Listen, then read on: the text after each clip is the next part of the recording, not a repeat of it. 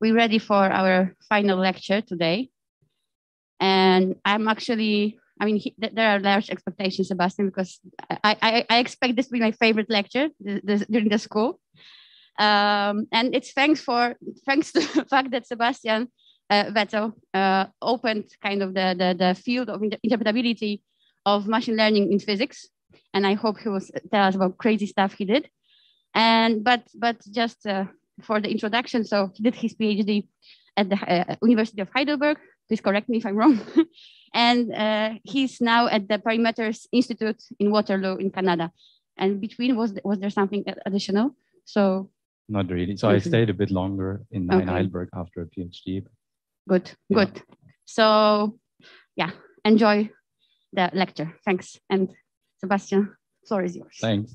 So hi everyone that I have not met. Hi everyone that I have met.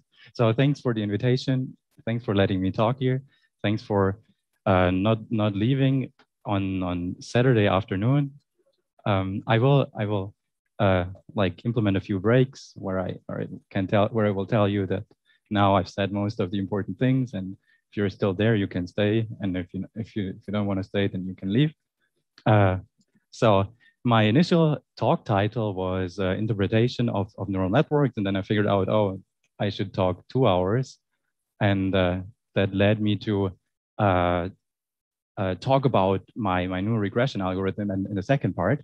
And let's start. What is this challenging traditional beliefs in machine learning about?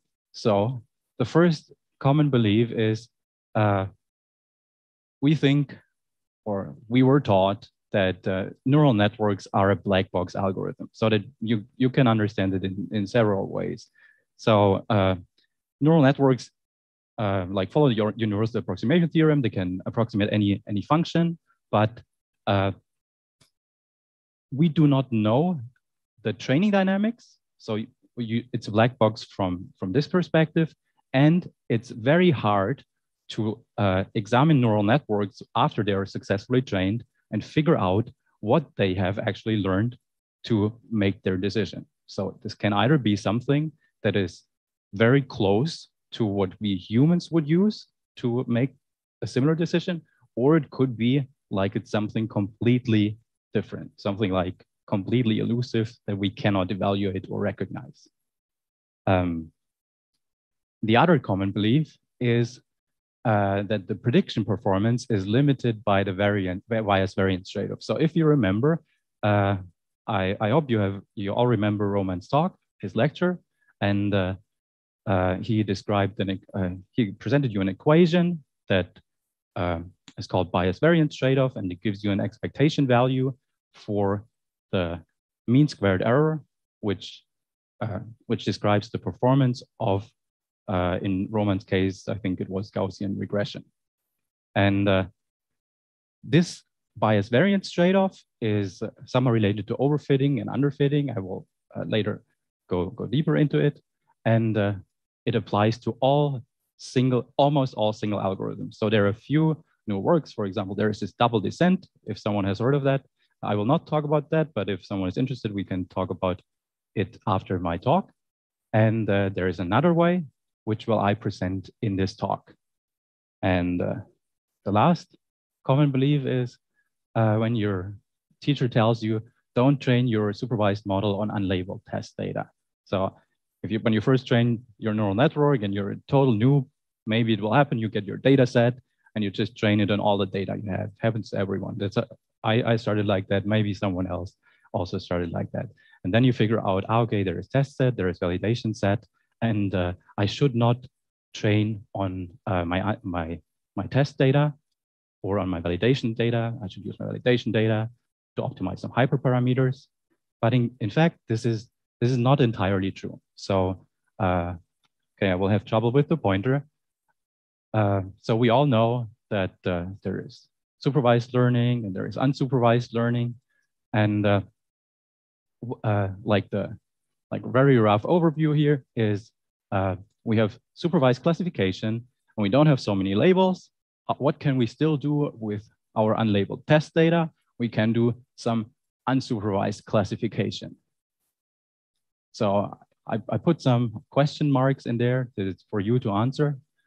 So you can do the same thing with regression. So you can have supervised regression. And then the question is, what is unsupervised regression? What is left in these middle question marks? So who wants to answer? So if no one wants to answer, Borja needs to answer. Someone wants to save Borja because I don't. Oh, good. Yeah. Maybe active learning or semi-supervised learning? Yeah. Which part do you want to fill? It's like, so we have semi-supervised learning, so we have semi-supervised classification, and do we have an active learning tool where we just basically the model tells us what data it wants, and then okay, yeah, you can do that. But so it's like, do we have semi-supervised classification?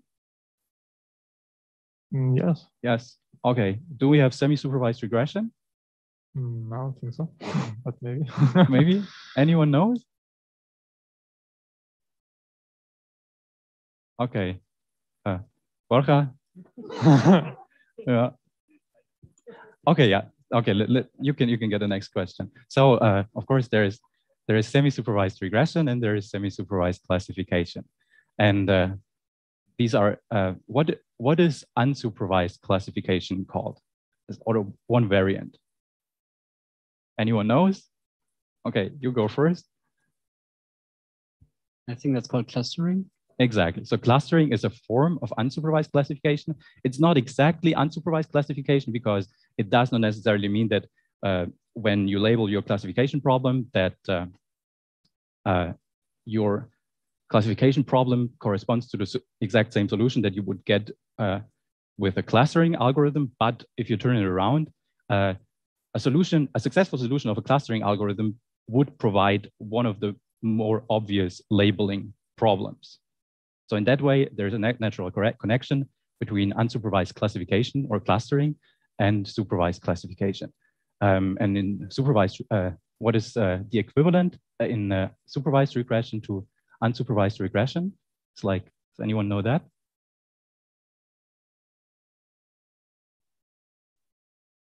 What is it called? Unsupervised regression? Yeah. Maybe like feature reduction in an autoencoder or so?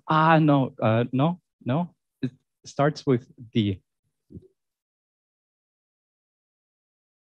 D? No one knows. Okay.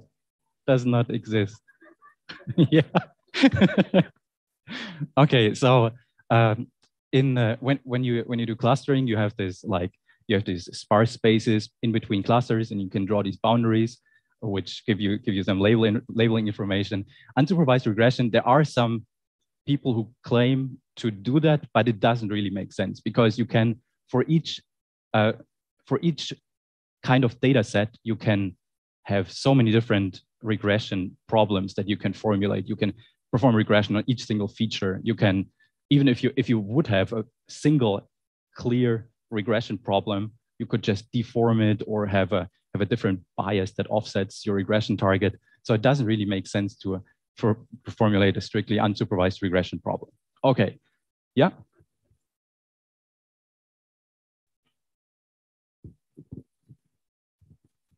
So I was going to say density estimation, but if it's not density estimation, where does density estimation fit in? So density estimate, so I'm not so deep into density estimation, but it seems like it's more into clustering because so it's like you have denser region, which means something that corresponds to the same cluster, and you have less denser region, which could then be the space in between clusters.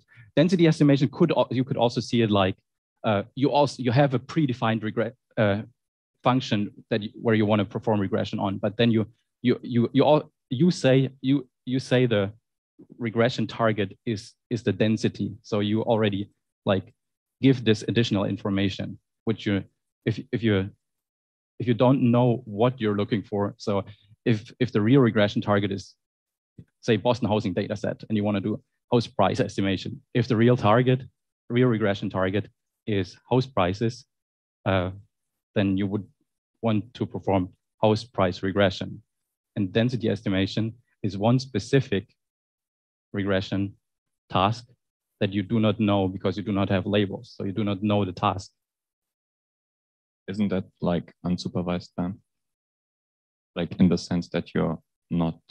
So the thing is, if you say, so I do not know much about density estimation, but to me it seems you want to estimate the density, which would basically give you an information about the labels or about the function that you want to learn, which means you already have, you assume some kind of knowledge about the function you want to learn.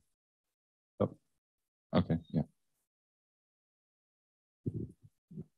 Okay.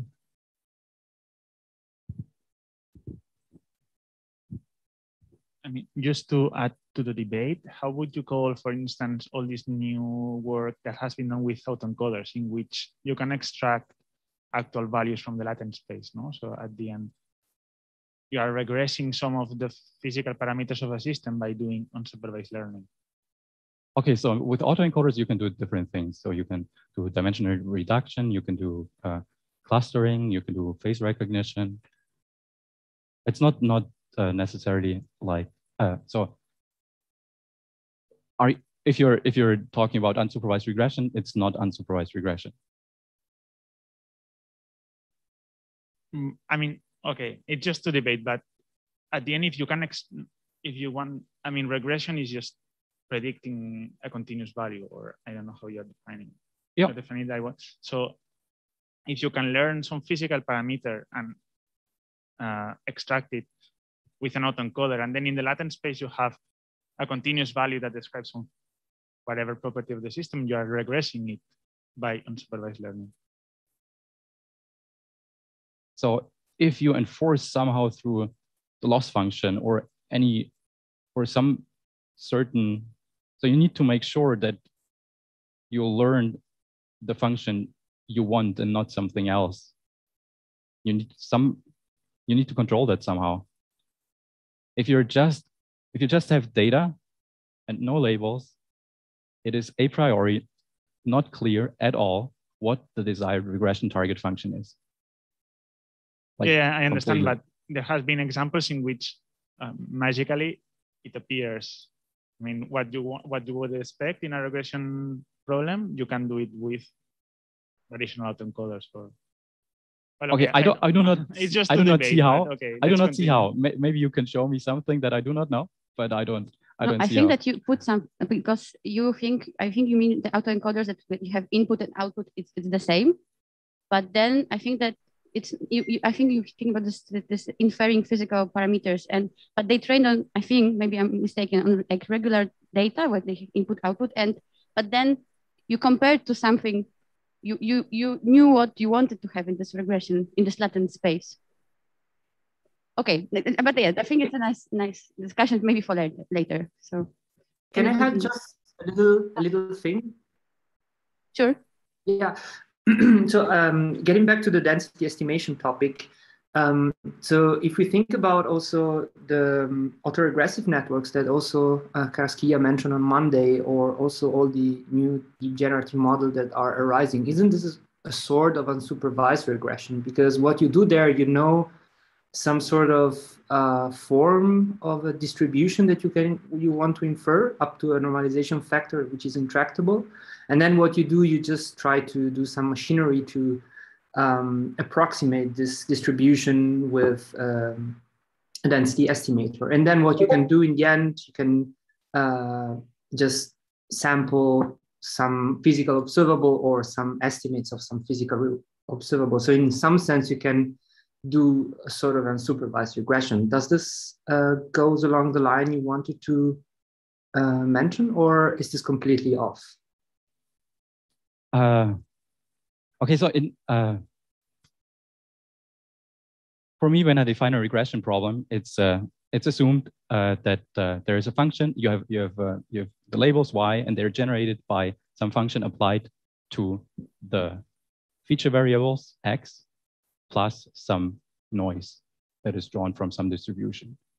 Mm-hmm. And so a regression problem is given the information on some training data, y and x infer the real function. And you're supplying additional information by requiring that it learns a certain quantity. Okay. Okay, I see what you mean. All right. So yeah, in this sense, it's slightly different. Okay, thank you. Thanks. Okay, so I didn't intend this to go so long. So I wanted to mention like 3 common beliefs that where I try to convince you that you can make a dent. You cannot completely avoid these problems, but you can interpret neural networks, especially in physics, because we have these equations that describe the quantities that we want in real life. We do not know the equation of a cat or so. So we can abuse this and look into the neural network structure. The second thing is the bias variance trade-off. We will look in the later part of this talk how to partly circumvent this bias variance trade-off.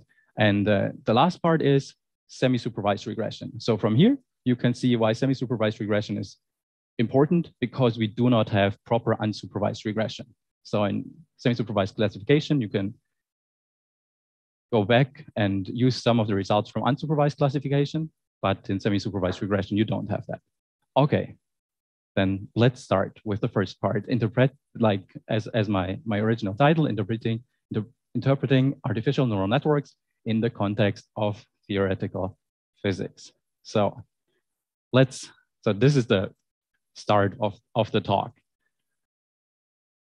Let's start slow. We all know from the talks and the lectures so far, and if we look back 12 years when the AlexNet was invented, which beat all other algorithms in an image recognition task, the convolutional neural network became famous and was like soon applied to all different fields of science and in the industry. And the first result that I'm going to present is how to interpret a convolutional neural network when it is tasked to do some physics task. Then we can go on to another algorithm, which is an autoencoder. Many of you know the autoencoder. I think we have seen a few in the talks. So autoencoders are trained to reconstruct the input. While the input is passed through this bottleneck in the middle, the autoencoder loses some information, but also retains some important information. And this autoencoder is used for generative modeling or anomaly detection. And the last network that not so many people know is the Siamese network. The Siamese network is used for similarity detection. So that means in this case, we have 2 pictures of bears, and the network consists of 2 identical networks that maps the input to some kind of latent space. And in the end, either through some distance measure or another neural network, it will be determined if these images are the same or different images. And again, as the convolutional neural network and the autoencoders and the Siamese network, we will apply them to physical systems, and we will interpret these networks and figure out what they have learned. So let's formulate this in a different way. So machine learning is the procedure where the computer is tasked to learn without being explicitly programmed. So the neural network learns on its own just from training data. So there are millions of weights, and they adjust through some kinds of training dynamics, which is governed by gradient descent and backpropagation.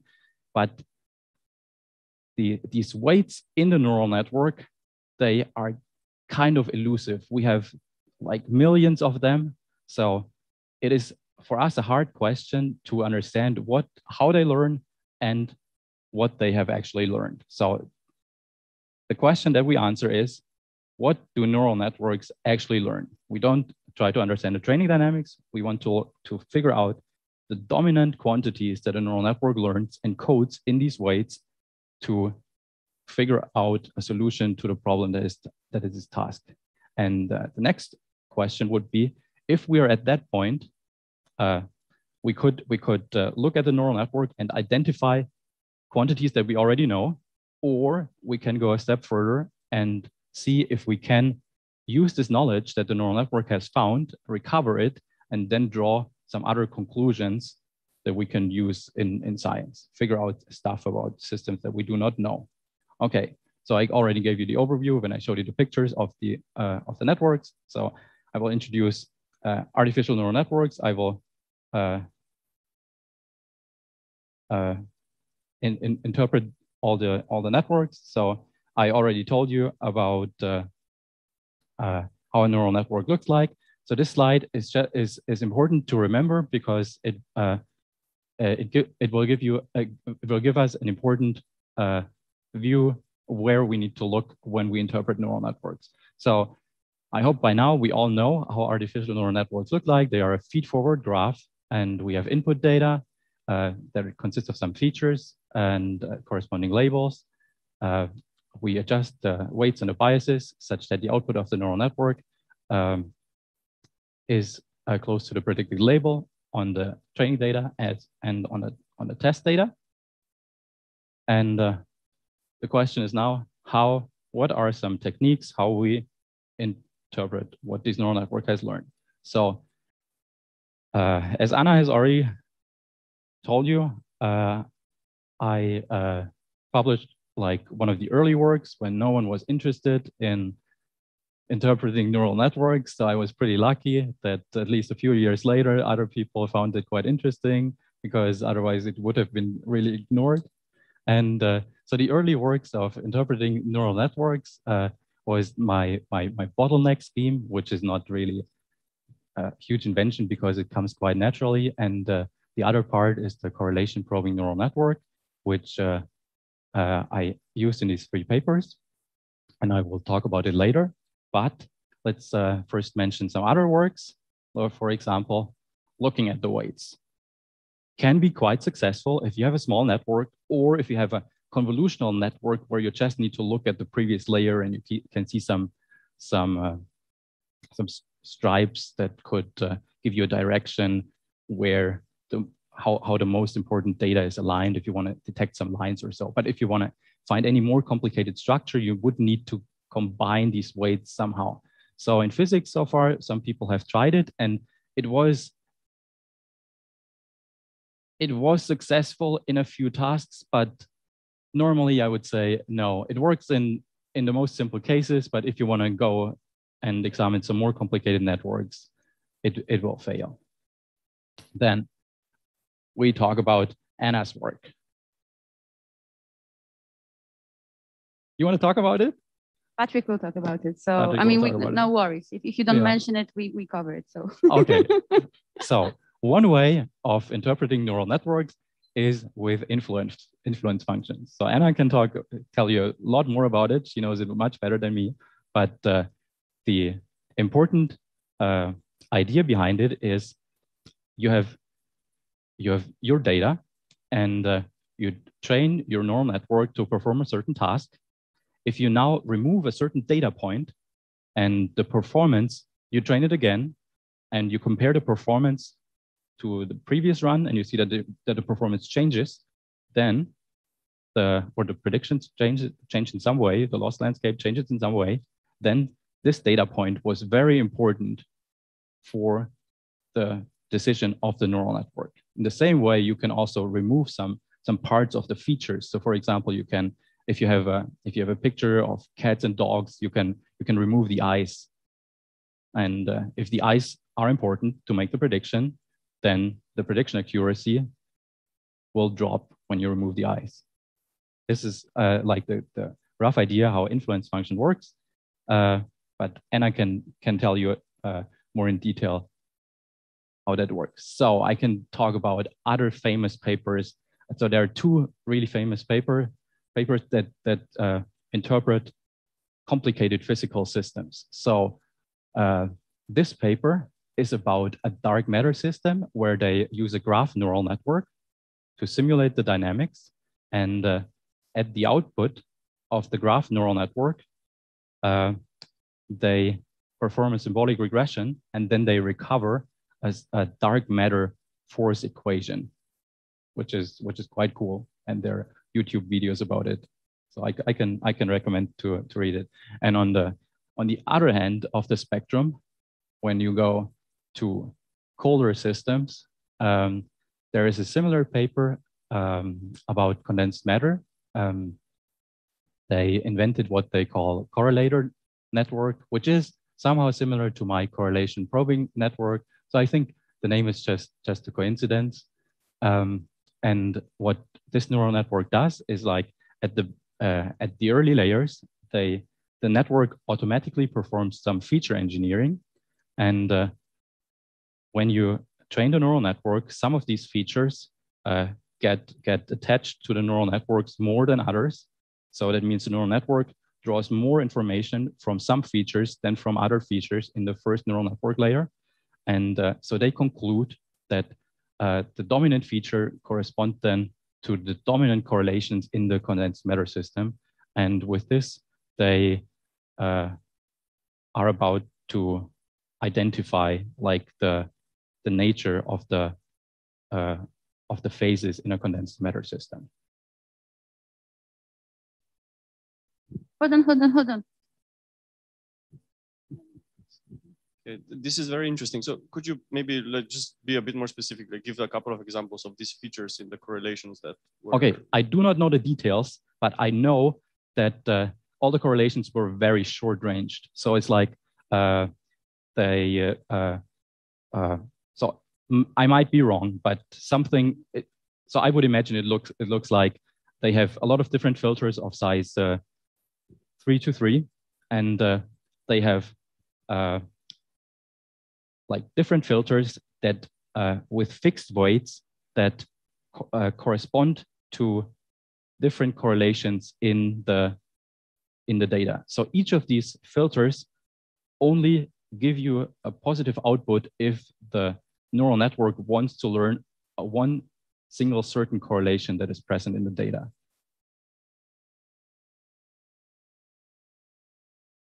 So it's like correlation in the sense, so if two things always point in the same direction, then this is a correlation. And so this filter will then give you a strong output signal. But I do not know the details, so you would need to ask them.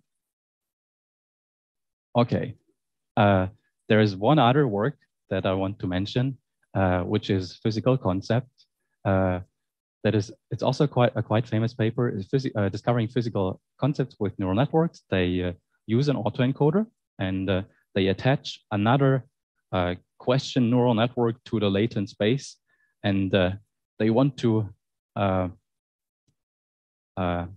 recover the answer of a certain question from the latent space. So the latent space is a compressed representation of the underlying physics, and they trained the autoencoder such that the answer to a certain physical question must be encoded in the latent space, which is then how they like interpret, which is what helps them to interpret what is happening in this neural network. Okay, now we come to my version. We come to this bottleneck interpretation and correlation probing neural network.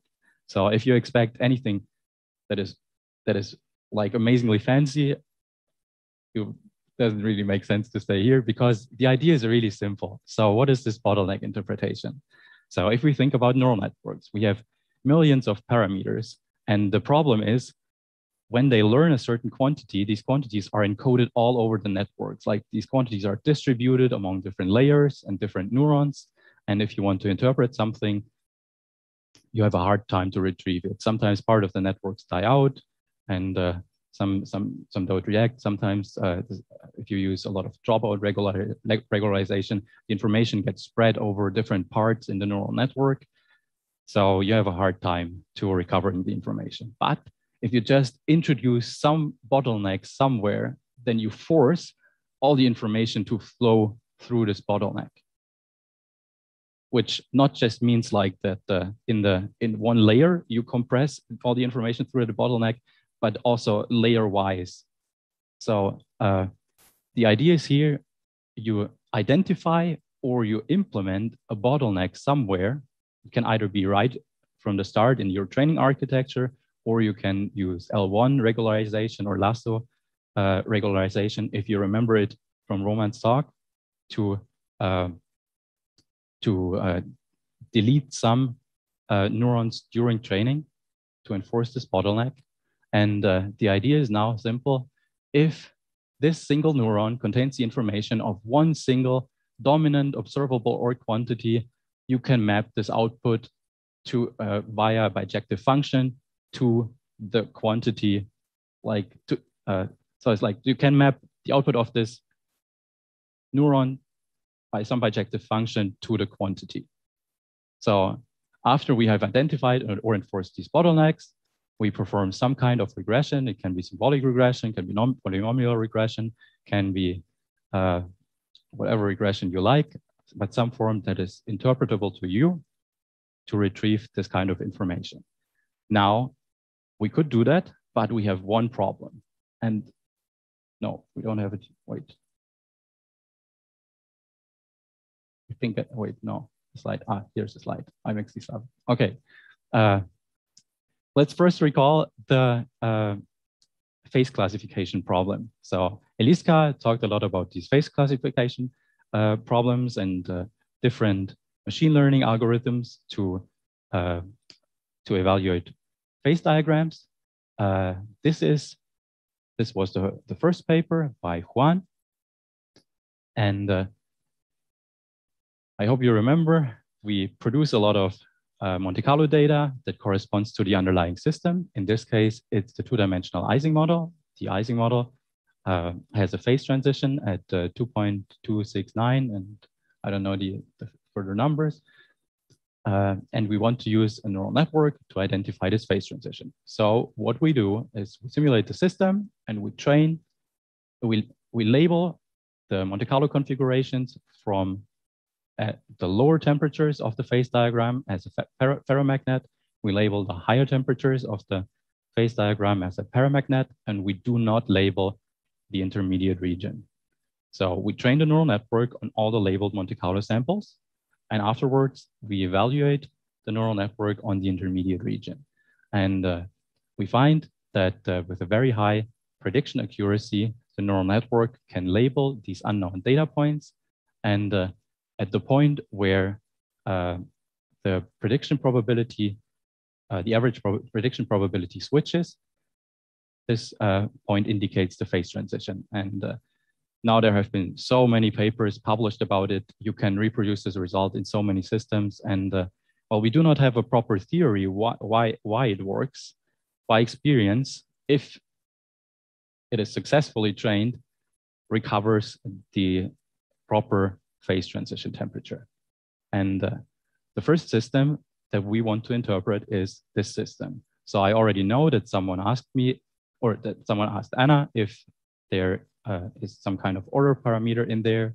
And the answer, you will see yes, sometimes there is.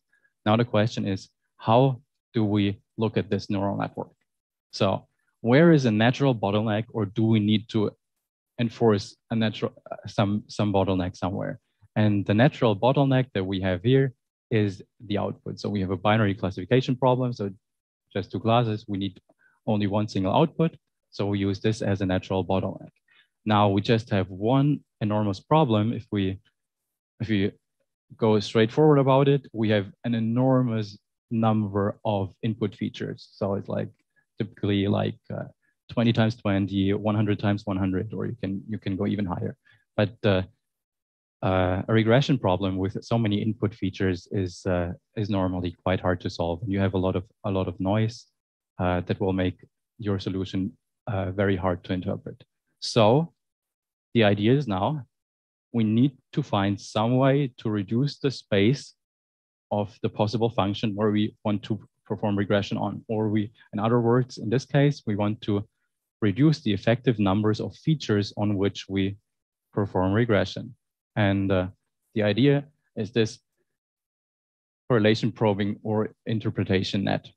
So it looks difficult, but it is really simple what is going on. So what happens is just you train your neural network as you normally do Then you remove some connections, you train it again, and you see if it still achieves the same performance.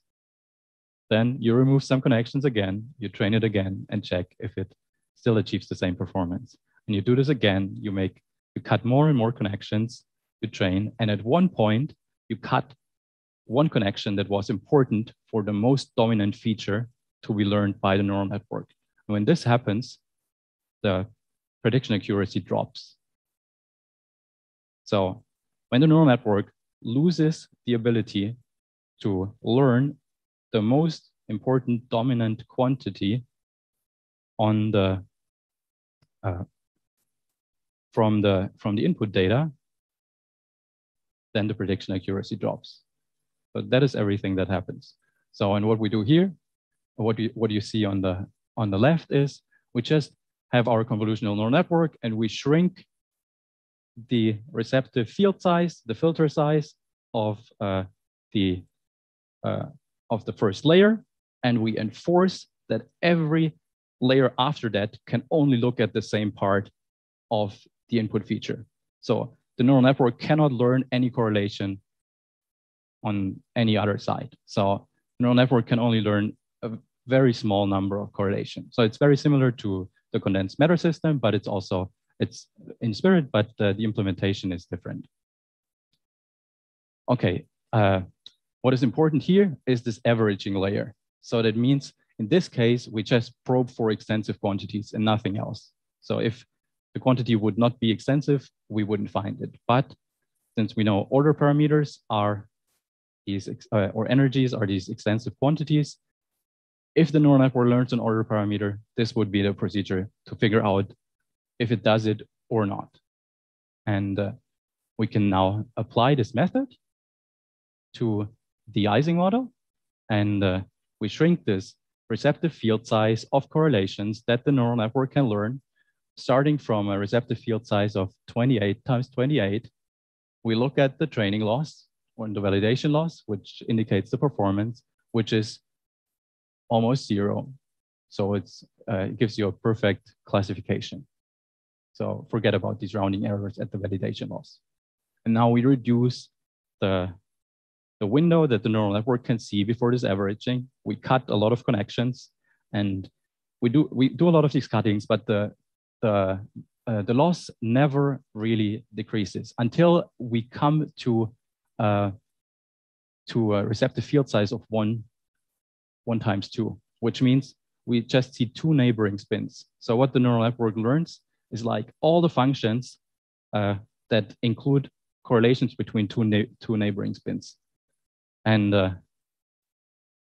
smart people already know, okay, Ising model Hamiltonian, product of neighboring spins, this must be the energy. And what is even cool there, now, we would think about, okay, we need to when we need to perform a regression, we don't need to perform a regression because all the functions of spins are truncated after the first trailer expansion element. Okay, yeah. I want to ask, shouldn't the 1 times 1 receptive field be actually sufficient? Because with that, we could compute the magnetization, which should be the other parameter. Exactly, yeah. But it's not quite a big training loss still.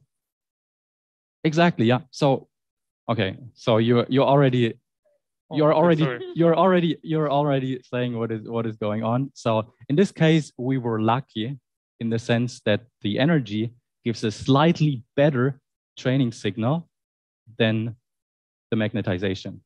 So energy and order parameter are both used in order to determine phase transitions. So according to Ehrenfest classification of phase transitions, phase transition occurs when there's some kind of divergence in one derivative of the free energy, and that's how you get to the energy to the energy as an important quantity that changes during the phase transition that has either the energy or a derivative of the energy, some kind of divergence. And you can do the same thing with Landau's classification with the order parameters, and then you would see the same thing. So both of these quantities are quantities that you could use as a signal to identify a phase transition. And what happens in this neural network, the most dominant quantity is the energy. So, and the next sub-leading quantity is the magnetization. And maybe one more comment is this is not always the case. This depends on the architecture of the neural network, and it depends on how clean your Monte Carlo data is. We can discuss that more in detail if you like, but I think this is for now enough. So wait, okay, let me finish this sentence about the equations, and then you can ask a question, and then you can ask a question. Okay, so when we know the receptive field size, we can perform a regression on the few parameters that are left. There are not so many parameters left because the function is now so simple. And so it's like spins that are squared. So spins are either 1 or 0, spin squared is always 1. So all higher elements of a Taylor expansion get reduced to lower elements through that property, which means regression is really easy. And that makes it really, really easy to identify the magnetization or the expected energy per spin site as the quantity that a neural network has learned in order to determine the phase transition. Okay.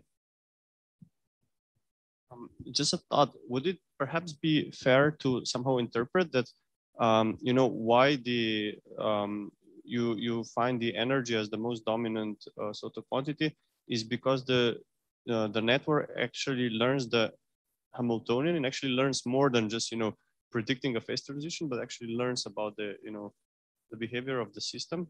So so it's actually, you know, it learns more than just predicting the phase transition. So probably with the same exactly, network, yeah, you could extract more. So actually the magnetization itself would be an insufficient, you know, it's indeed sufficient for the phase transition, but it could be insufficient for predicting something else, while your neural network would actually probably perform quite well at also other tasks. And so that's why it actually finds what is the relevant sort of underlying description of the model, which is in the end the Hamiltonian or the energy. So okay, it is important to remember, and if you look through the literature, and if I talk to people who have tried something similar, then not always the energy is the most dominant quantity that a neural network learns. Sometimes it is the magnetization. And so this depends, as I just said, on the neural network architecture, how you train, and how clean your Monte Carlo data is. So the big question is that I intended to answer: does the neural network learn something physical, or does the neural network just perform some random pattern matching? And indeed, the neural network learns exactly the same physical quantities that we humans use to classify phase transition. So that's the important message about it. That we can extract the explicit quantities is just a bonus at that point. Okay, so I did not really answer your question. How should we go about that? We can discuss later also. Yeah, no? It was just a thought. I mean, it's yeah, like, yeah. I mean, I'm just saying that perhaps even, you know, the neural network and your results do actually more than you interpret. So you could go even a step further. That was just. But yeah, I might be wrong. Yeah, let's talk about it later, because it's not so it's like it's not, you cannot always generalize from one network to others because it's architecture dependent. Okay. Yeah. Well, my question is a boring one. I have actually 2 questions that are more or less technical. Yeah. First one, pretty easy. Do you always restart the training with the same initial weights as before, or do you just reinitialize every time? Just reinitialize every time. And then the other one, I didn't fully understand how the architecture works.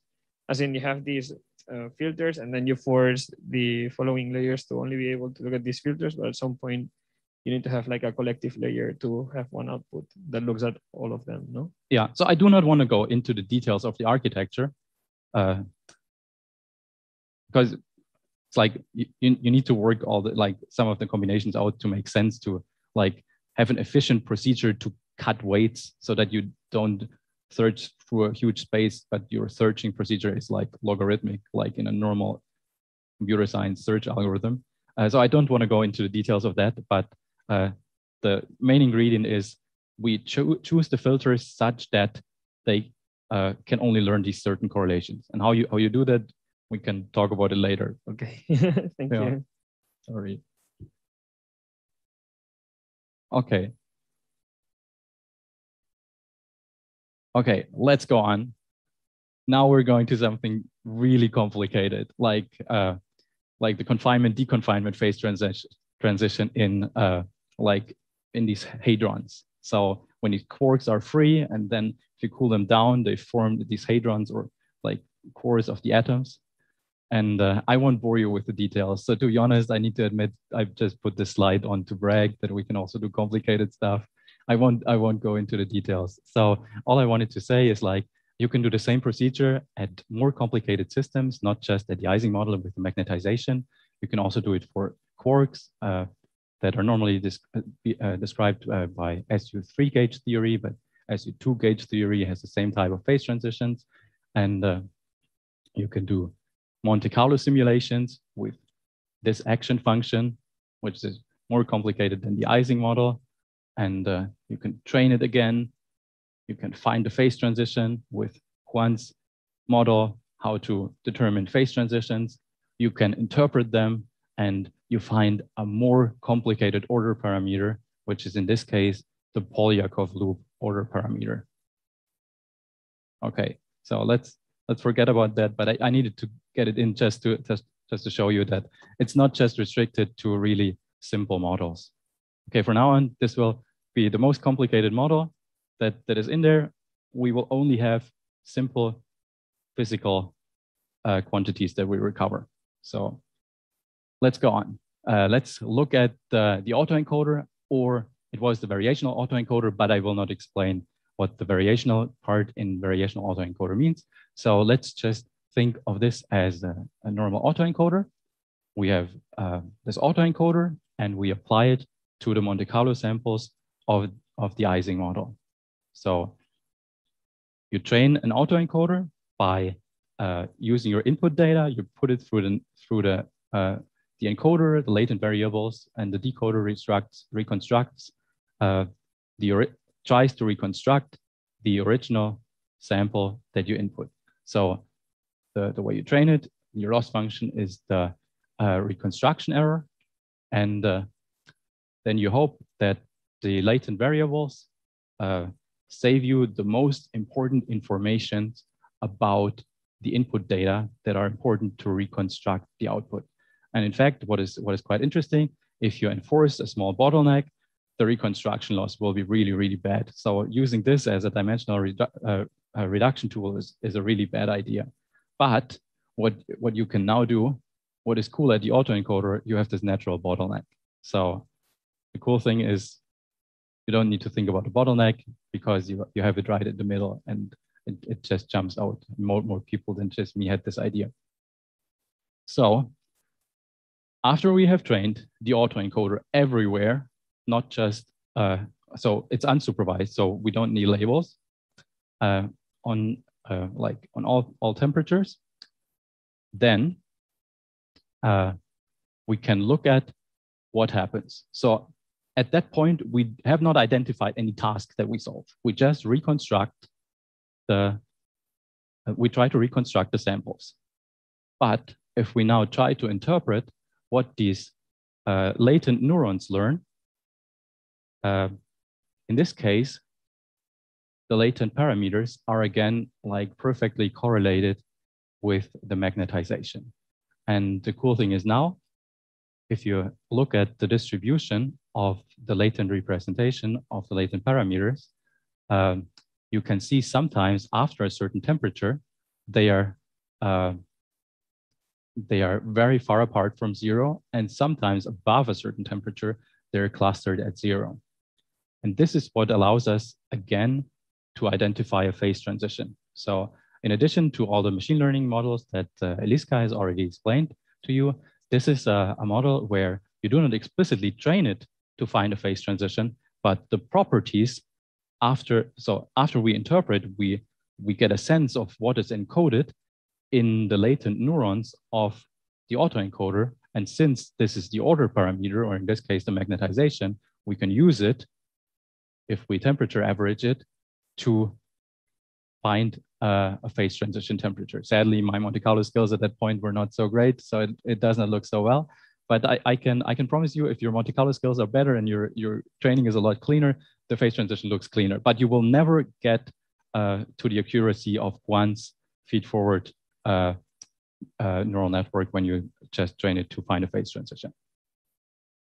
And so for now, it has been applied in physics, but the coolest results are in chemistry and in materials science.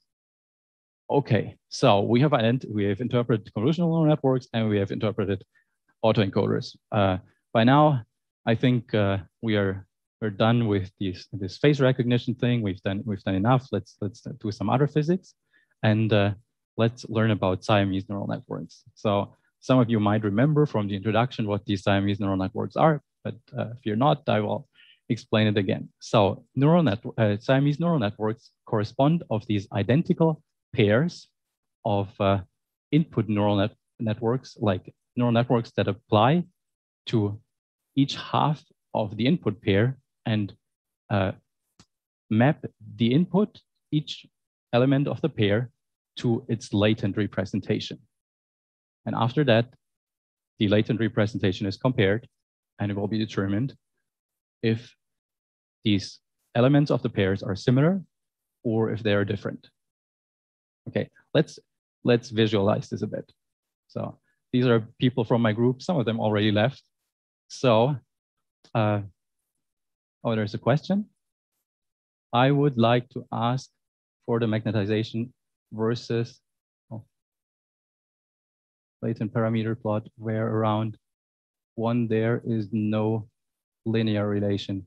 Is this due to finite data, or maybe the relation is not linear at all? Wait, oh wait, okay. So the correlation, like the first plot, do you mean the first plot on the left side? Which plot? Can you say which plot? Like the left, the middle, or the right one? The leftmost. And you're saying it is not a linear relation.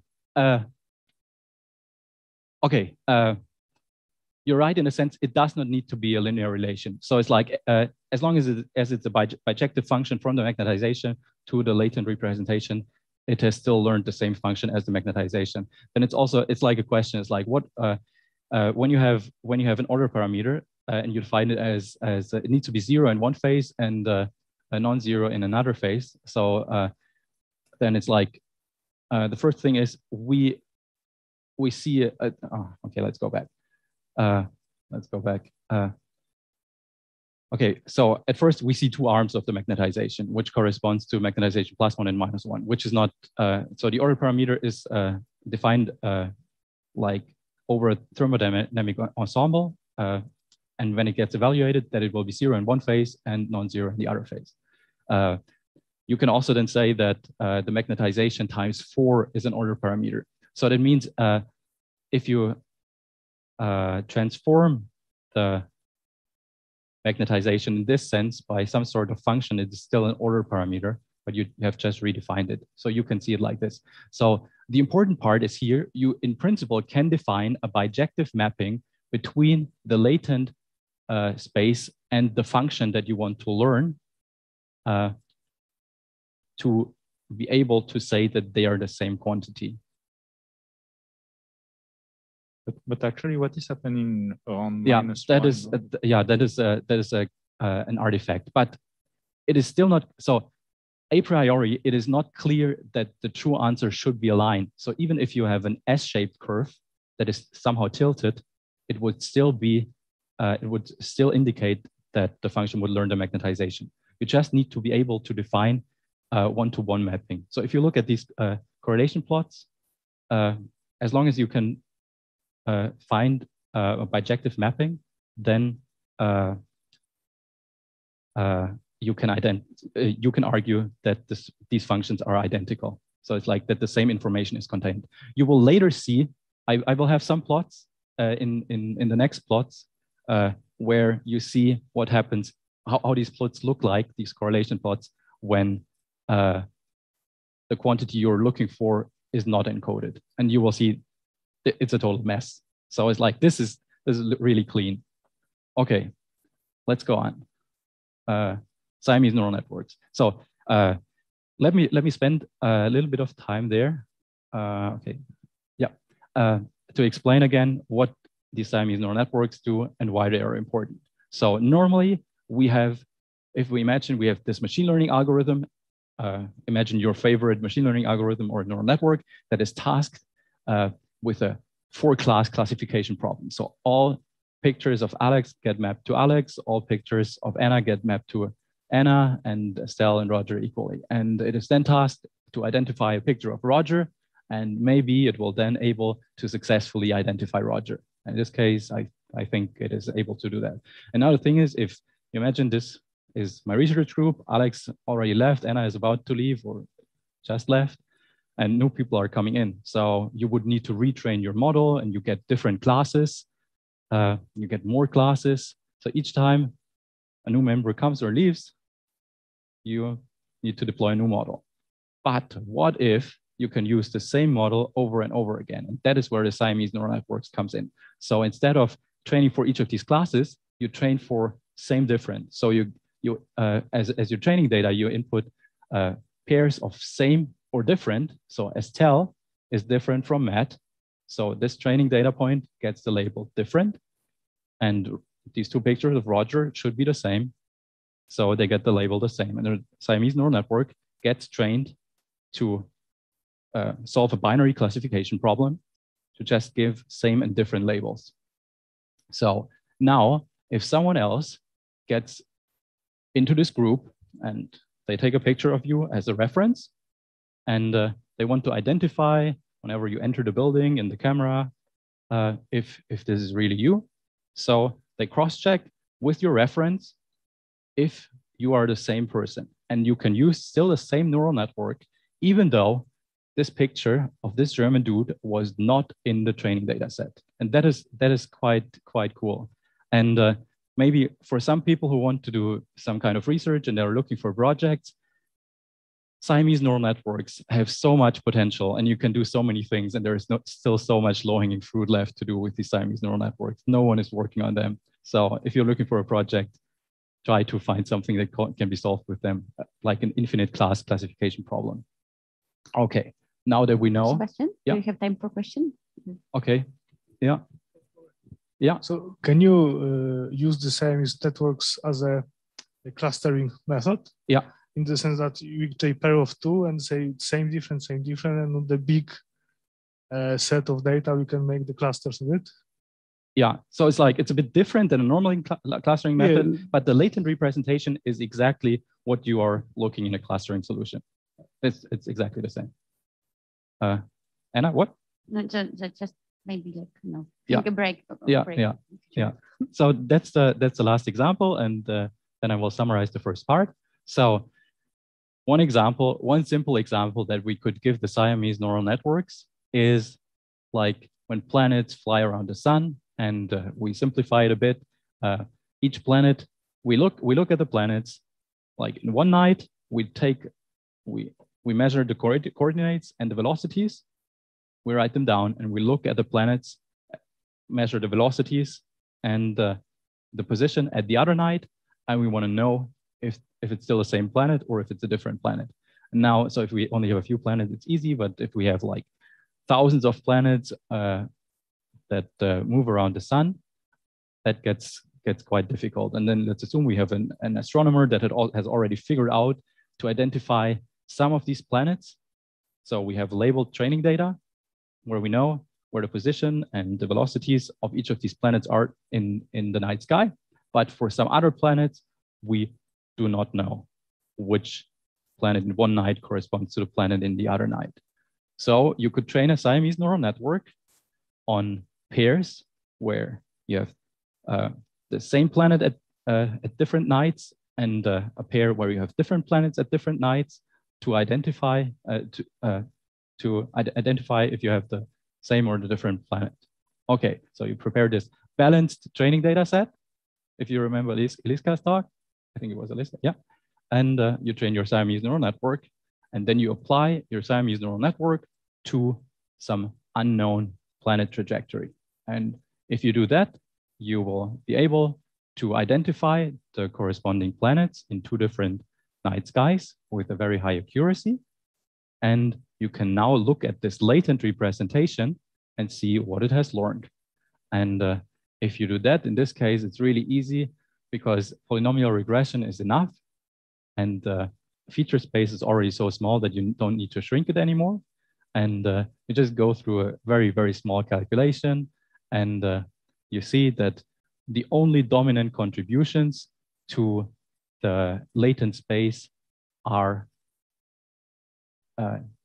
x times velocity y and y times velocity x times a certain weight plus a certain bias.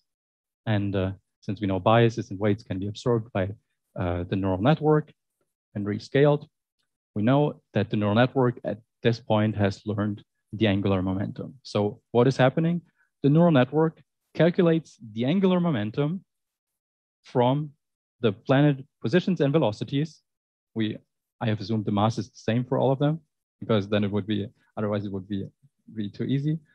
And it maps each planet to its angular momentum, and then it compares the angular momenta. If they're the same planet. If the angular momentum is different, the neural network tells us it's a different planet. And now we have again the correlation plot where we have a perfect correlation between this intermediate output, which is the latent space, and the angular momentum. And here we see it's not a perfect linear line. But if you now look at, for example, if the neural network would have probed for the energy, you would not be able to identify this in your latent representation. Yeah.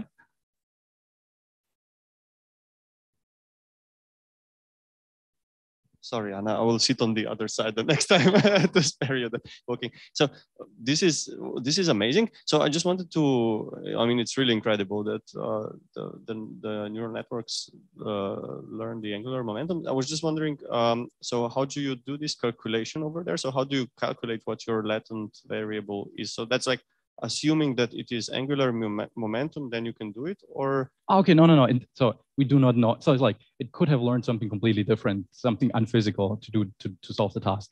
We didn't know that a priori. So the thing is, what you do is you train the Siamese neural network, then you cut off like everything after the latent space, and you collect all the pairs, input data, latent space representation. So you have X and Y for your regression problem. And then you perform a regression analysis. You need to be a bit more careful because of this nonlinear structure. So you need to linearize your output to be able to identify the relevant features. So you need to be a bit careful, but in the end, it's just you look, you collect pairs, input, latent representation, and you perform regression with a few tricks. Okay, now I need to go a bit faster. Okay, go ahead, please. Right. I don't know if you know a technique called triplet learning. I don't know if you're aware. It's very similar to this framework, but instead of having like 2 pairs, you have triplets. Yeah. So yeah, you have one triplet with one label, another one with the same label, and a third one with a different label. And you want the triplets with the same label to be closer together than by a margin than the one with different label. Have you tried, or are you aware of so it's this technique being it's used in this so it's context? like you're completely correct. That is like totally advanced and cool, and it's right. That is a way, a different way how to train these neural networks, and it's a more stable way to train these neural networks. But your result will be exactly the same. Maybe you will get a better accuracy in this case. Yeah, okay. Exactly. Thank you. Okay. Yeah, just a quick question. What's the intermediate output? So what are you plotting there? It's the value of one of the neurons, or? Yeah, that's the latent representation. So it's like where natural bottleneck is, like this latent representation. So you only allow for a single neuron? Yeah, I only allow for a single neuron, but you can also do like you can start with higher number of neurons and then apply lasso penalty to reduce the effective number while training. And then coming back to the autoencoder, how big was there the latent space? In this case, it was in the Ising model, it was also 1, but you can look at different systems and you can look at different papers, and some of them have a higher dimensional output space. I think some of them, like I know material science papers, and they have I think a 12-dimensional latent representation in the autoencoder. Thanks. Okay. Oh, again? No. Okay, let's go a bit faster. So I have one other system, which would be Lorentz transformation of electromagnetic fields. Let's skip over it because of time reasons. In this case, the Siamese neural network learns the determinant of the field strength tensor to infer its predictions. And this is also a physical invariant, symmetry invariant of the Lorentz group. Okay, then let's summarize this. I'm a bit over time. So the interpretation of neural networks is hard because the information is distributed among so many layers and neurons. And we have 2 million of them. So looking at the weights is really tough. But there are some methods to make it easier. And in our case, it is possible by identifying these bottlenecks and performing regression. There are also other methods, as I introduced at the beginning. And the interpretation is constructive and can give you insight into the underlying physics. And neural networks applied to phase recognition learn order parameters and energies, and Siamese neural networks learn invariance or conserved quantities. Okay, so that's it for this part. Thanks for your attention. Let's take a break. Or if there are any questions. Yeah, so we can go with questions, but I mean, I'm sorry guys, I'm chairing. So I mean, we can like do normal break and then go over time for the coffee break. I mean, I think it's okay. So no. So how much? I don't know. 10 minutes break? Is it okay, Sebastian? As much as you like. Okay. Are there some questions that you want to ask now and are immediate or perfect? then let's have a break.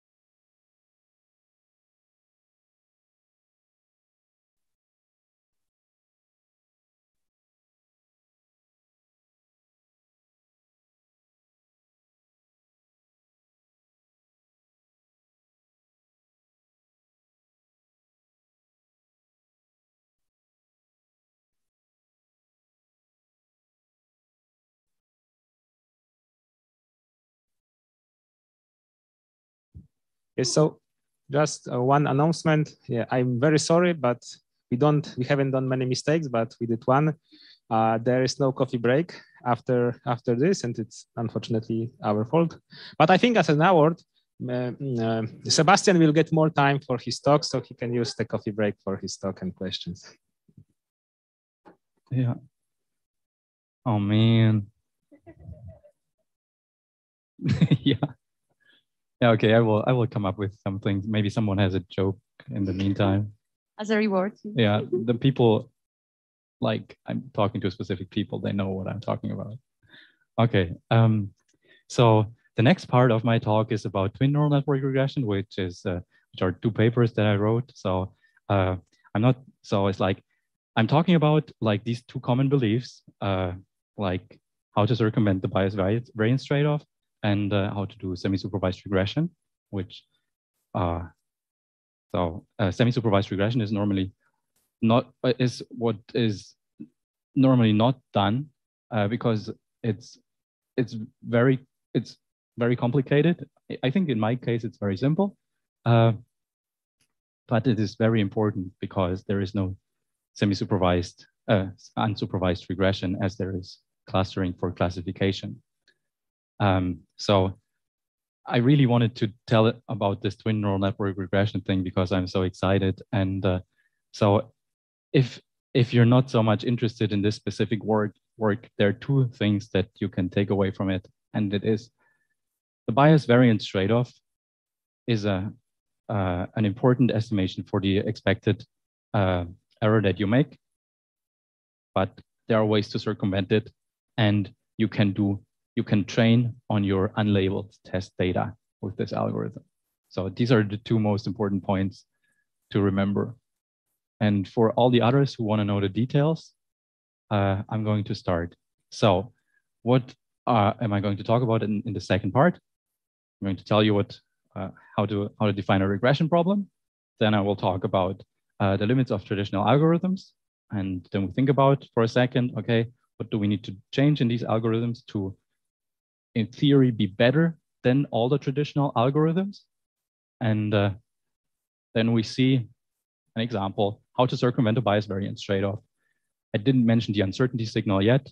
You get that for free. And at the end, we see how we can do semi-supervised training of this twin neural network regression thing. Okay, introduction. So what is regression? So regression assumes, I should have put that way earlier when the questions were coming. Regression assumes that there exists a true function with noise that models the relation between the feature variable and the targets. And using the information that is in some sort of data set, D, the goal is to estimate this function with the function f with f hat that depends on D. So if you chose a different data set, your estimation might be different. And the goal is you choose the parameters of this function f hat such that it minimizes the error between the prediction and the true target. So in this case, you minimize the mean squared error loss function on certain unlabeled test data. So it's important that we have information contained in training data set D. So that does not necessarily mean the labels. It just means the information. And the other thing is that minimizes the error between prediction and true target on certain unlabeled test data. So as we will later see, there are two different ways to define semi-supervised learning. And what is also interesting is, like, most of the time, you're not interested in making predictions on your training data. You just want to make the prediction on some unlabeled test data. Okay, so which regression algorithm do we use for this? So we have all these regression algorithms. Let's see if we can find some that Roman talked about. Okay, so we have linear regression, polynomial regression. Do we have, okay, we have neural network regression. Do we have, oh,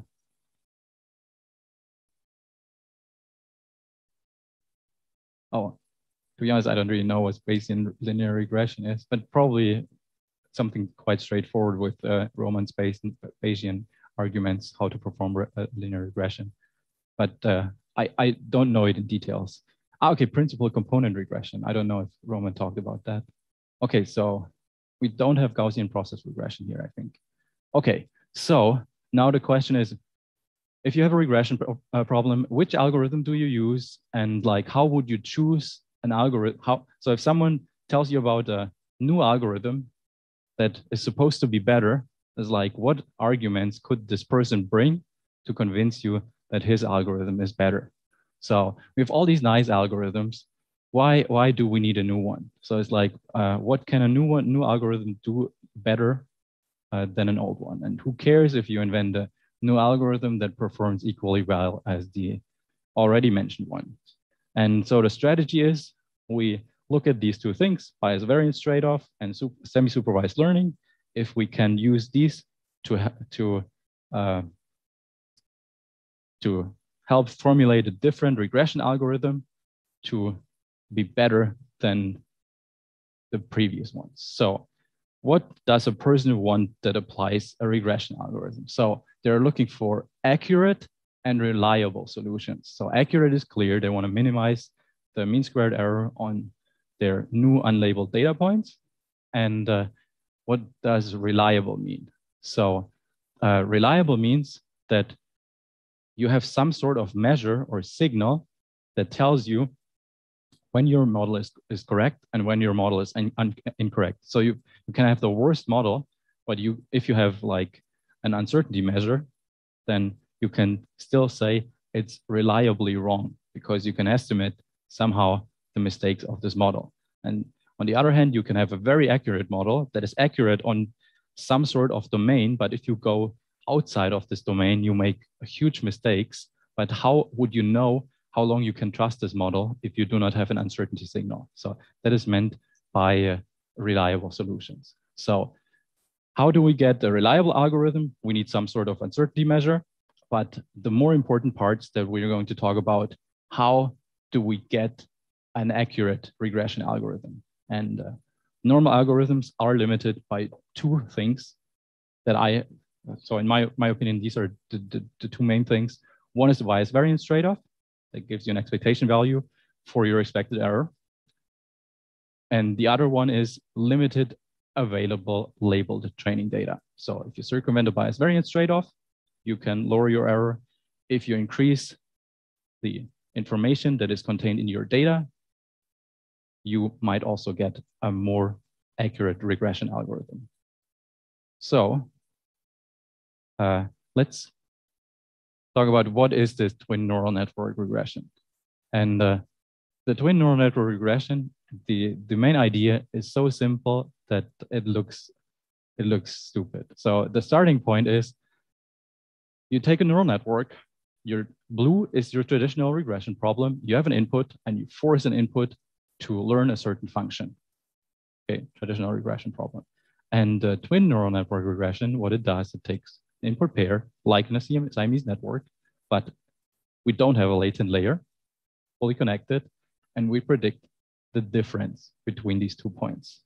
And so far, nothing happened. We just made the problem a lot harder. And we will later abuse one important feature, and this is that the connection, that the different outputs of this twin neural networks are related.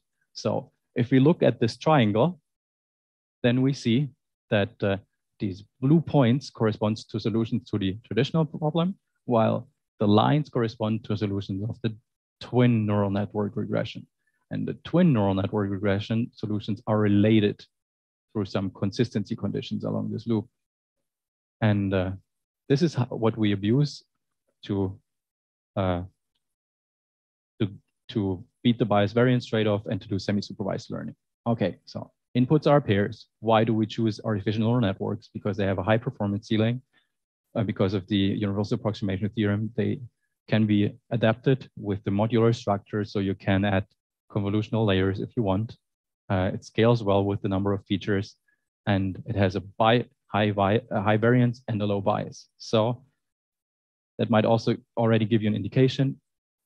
We chose the network because of the low bias error, and the procedure that we apply is to reduce the high variance error. If we have a neural network that solves, predicts the difference, we do not solve the original regression problem. But in the end, we want to recover a solution to the original regression problem. So how do we do that? The original regression problem is obtained by evaluating the twin neural network on a new data point, x2, and an already known data point, x1.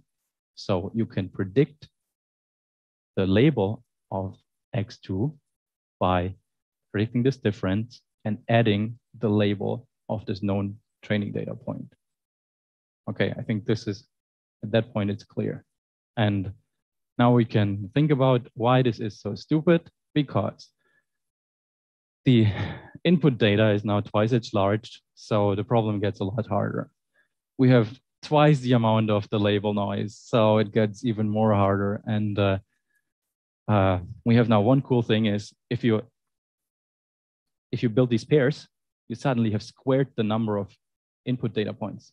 So for each input, so it's like if you have a training data set of n input data points, you can pair it with each other point in the training data set, so you have n squared input data points. And maybe this might be cool, but in the end, it helps. But then the problem is it takes quadratically longer to train on all these data points. So what have we done? We have just made the problem a lot harder. So why should we do this? And now we get to the positive parts. It's like, what can we? So we have all these negatives, but what can we do to make a dent in offering people a better regression algorithm? So how do we beat the bias variance trade-off? Okay, bias variance trade-off is can be visualized a bit or is related to underfitting and overfitting. On the left, we see a model with high bias that does not fit your data, and on the right, we have a model that is overfitting. It's a model with a high variance. The variance is way too high for your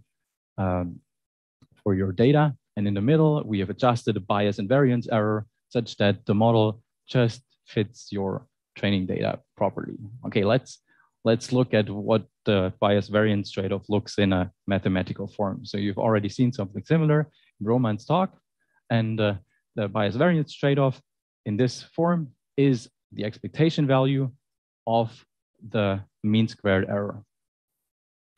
The bias variance trade-off consists of the bias error, the variance error, and the irreducible error that comes from the data set. So bias error is too high, then the model is too restricted, or you have too free parameters. If the variance error is too high, the model is too general, you tend to overfit, you have too many parameters, and you have the data error that is intrinsic to the data set. So now the question is, what can we do about all these errors? I do not know of any method how to reduce the data set intrinsic error. So maybe there is one, but I have no idea how to do that.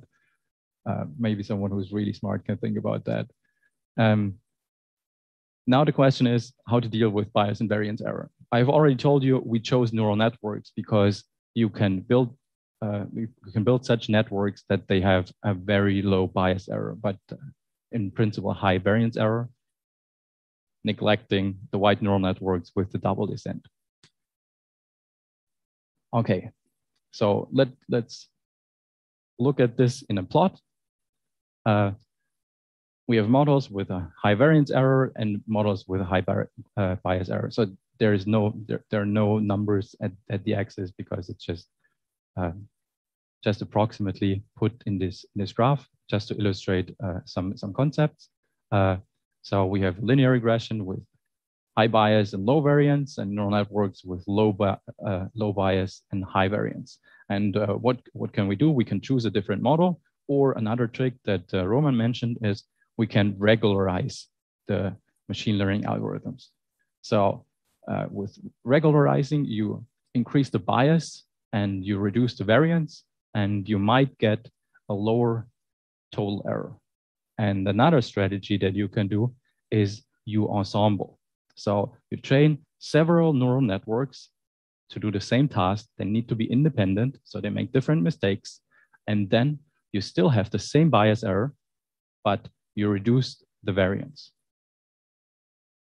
Okay, so why does ensembling help, and how does twin neural network do ensembling?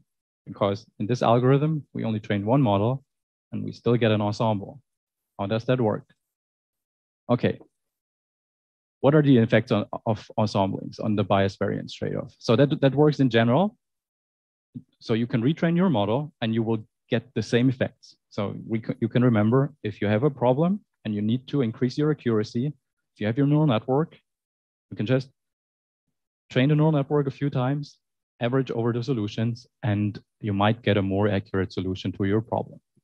So for ensembling, we assume we have averaged over 2 different solutions. So our function f, that is the final prediction, is the average of 2 models, fa and fb. And let's plug this in the bias variance trade-off, and let's make a sketchy proof what the effects are. So we plug these in the equation of the bias variance trade-off, and we decompose the variances into like the full variance into the variances of the subcomponents, and we pull out the covariance. And if we so the variance and covariance, so it's like they're linear in each input. So it's like the variance. So you can pull out the 1/2 factors from the variance. You can pull out the same factors from the covariance, and you can look at the resulting line from this rough calculation. And what you see here, that the prefactor of the variance is now 1/2, while you have this covariance in addition.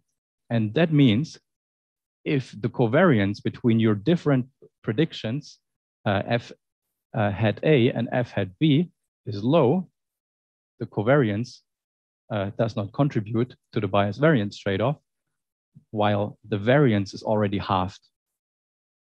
If you have a model with a low bias error, like the neural network, that is a way to reduce the expected mean squared error. So by ensembling, you reduce the variance error. By ensembling independent and uncorrelated models, you reduce the variance error, and thus how you reduce the expected error of your machine learning solution in a regression problem. The problem is that most of the times ensembles are correlated. If you train on the same training data, they are correlated. If you use the same architecture, they are correlated. So when you average over different models, you get a bigger advantage the more uncorrelated or the more different they are. So what can you do? So you can retrain models. You can use different models. You can create pseudo ensembles by varying the parameters in your neural network to create a huge amount of different neural network predictions. Or you can use a twin neural network. So how does a twin neural network perform ensembling?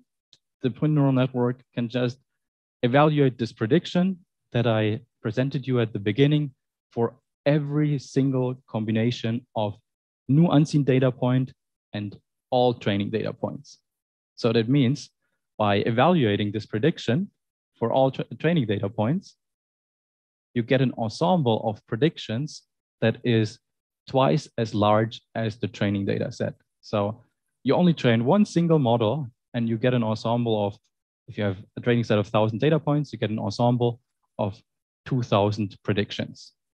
And 2,000 predictions is quite, so they're still very correlated, but 2,000 predictions are enough to decrease the variance error to a smaller, to a very smaller amount. So the covariance error is still there, but the variance error gets reduced.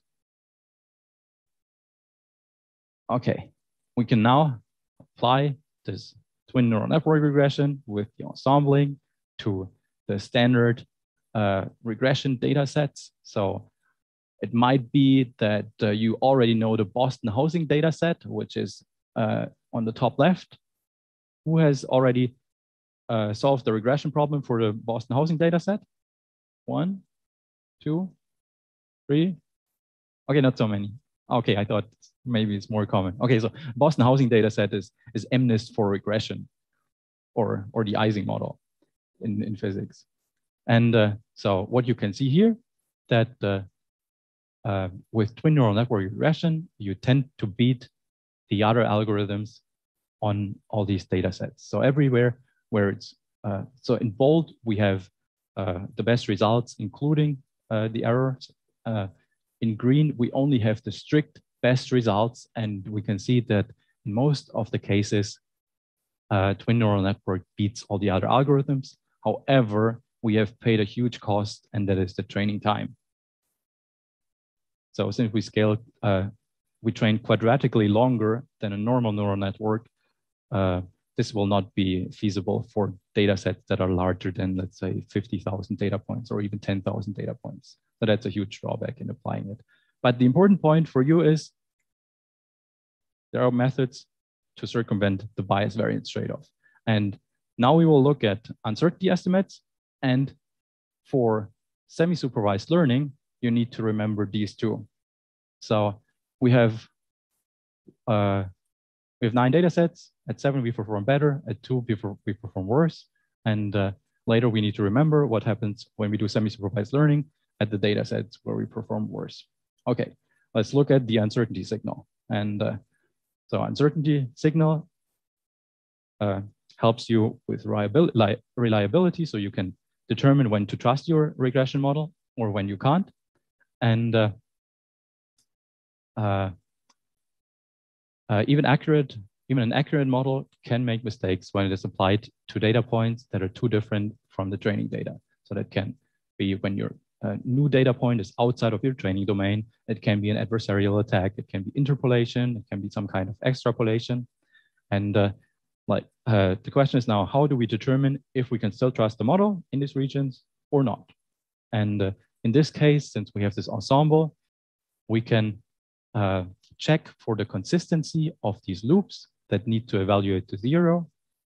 And we can check if we go 2 paths in the loop, if we arrive at the same prediction for a new unseen data point. Or in other words, we evaluate the standard. One way would be evaluating the standard deviation on the results. So you can do different loop checks. You can have larger loops, and you can implement all kinds of different checks. You can just compare, you can exchange the first and the second element in the input of the twin neural network and see if the result is exactly the negative of the one that you get before. So you can implement all these checks. So Anna, to determine if you can trust your result. Yeah, this is exactly concerned with my question. Can't you enforce that in your neural network? Like, can you not build in like a reflection symmetry in the weights? So you can then explicitly make sure that this is fulfilled. Okay. Let's talk about this later. You should not, and there are reasons for it, because it reduces diversity in your ensembles. In this case, you would immediately see that you cut the ensemble diversity in half. Okay, so this gives us an uncertainty signal, and we can look if this standard deviation uncertainty signal works. So there are other uncertainty signals, but let's just look at the standard deviation uncertainty signal. If we have a one-dimensional function, we see that the standard deviation does not capture the uncertainty necessary to check, to encapsulate the function. Gaussian processes can, like Gaussian processes normally are encapsulate a larger region than the standard deviation in this case. But what we can still see, where the neural network is unsure, the standard deviation of the prediction is higher than on the training domain. And in some cases, I've put 3 different data sets here in increasing importance of the uncertainty signal. And you can see on the right axis, it's the standard deviation. On the upper axis, it's the absolute prediction error.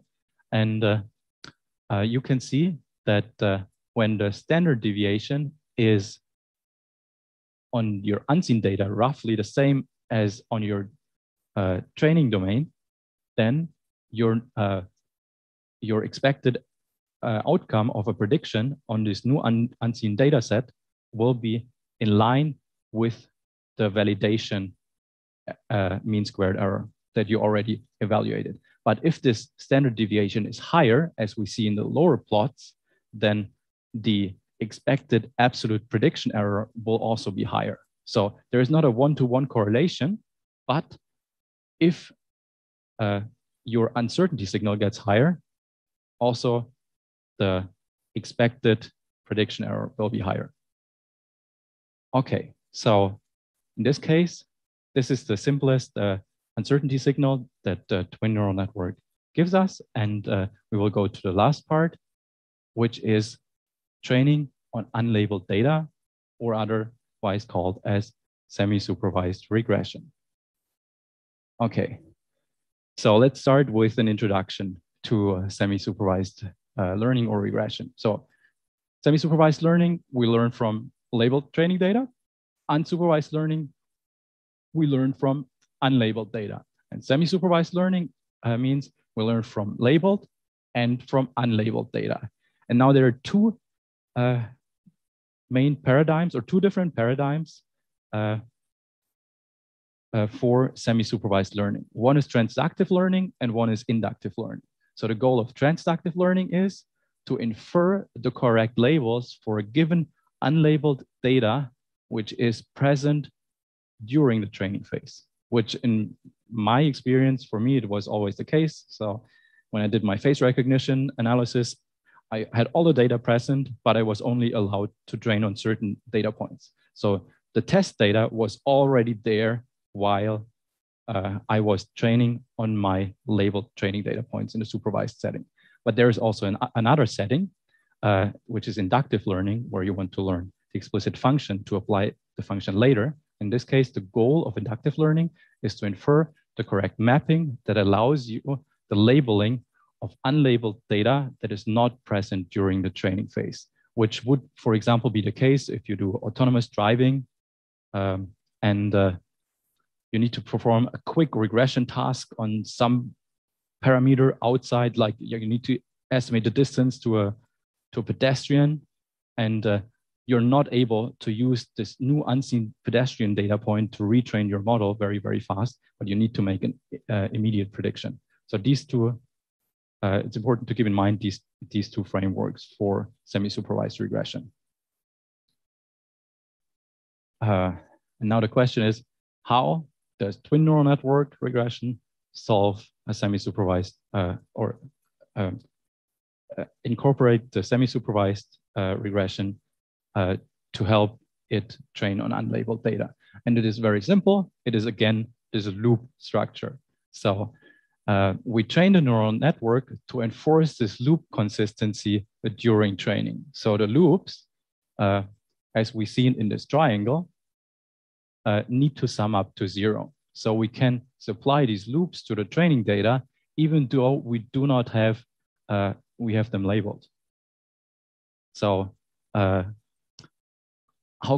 can you view what is happening here? So let's say we want to predict the correct label for f of xi, ij, xj, f xi and xj. Then we would use the other two contributions in the loop as a suggestion for the label. And vice versa, you could use the first and the third part as a suggested label for the second part, and the first and the second part of the loop as a suggested label for the last part. And yeah, question. So wouldn't the network at some point just learn to represent each of the samples by a specific function f and then like just subtract the two, if you always like putting that constraint? Because that would be definitely like the best solution to all data points to be able to do that triangular derivation. I don't understand the question. So wouldn't the network at some point learn that, okay, I mean, it seems that this guy wants me to have this triangular relation. Yeah. So I would represent like input 1 with a certain, with a function, and input 2 with a certain function, and then I will subtract the two. Yeah. Yeah. So okay, so what you're saying is, like, if you only have this part, then your network learns a trivial solution. Like, what I mean with this part, the only thing the neural network is learning really is, okay, I want to represent internally everything with like the first sample with one like function, the second like the second input with another function and then like subtract the two, Yeah. which is not really, I mean, it's good, but it's not really like learning any features. Yeah, yeah. So you're absolutely, so if you just do this, you wouldn't get any good results. So I would guess the most likely solution would be a trivial solution of 0. And it's also, since if you don't have any label information, so only this would be unsupervised regression. So we already know from our previous discussion, it cannot work. So this is not enough to train the model. You also need the supervised part. I will ask you later. Okay, sorry, did I not get? It's okay. Okay, so the plan is now we just we formulate a loss function where you have at the one side you have the loop loss function. On the other side you have the mean squared error loss function. The first loss function is the mean squared error loss function for these pairs. The second part is the loop loss function, which has the same form as the mean squared error. And you combine it with some kind of hyperparameter lambda that you need to adjust. And if you adjust it properly, you can you can properly supply your unlabeled data to the training data and also learn on that unlabeled data. How is that done? You build these batches where half of the batch element, in my case, half of the batch element is labeled, the other half is unlabeled, and you put a triple that corresponds to this loop through these twin neural networks, and you get three different outputs. If your input triple was labeled, you supply it to the mean squared loss function. If at least one element was unlabeled, you use the loop objective. And then you train and you see what comes out. So here we see which loops are the best loops. We will go over this because of time. And we can look again at the results.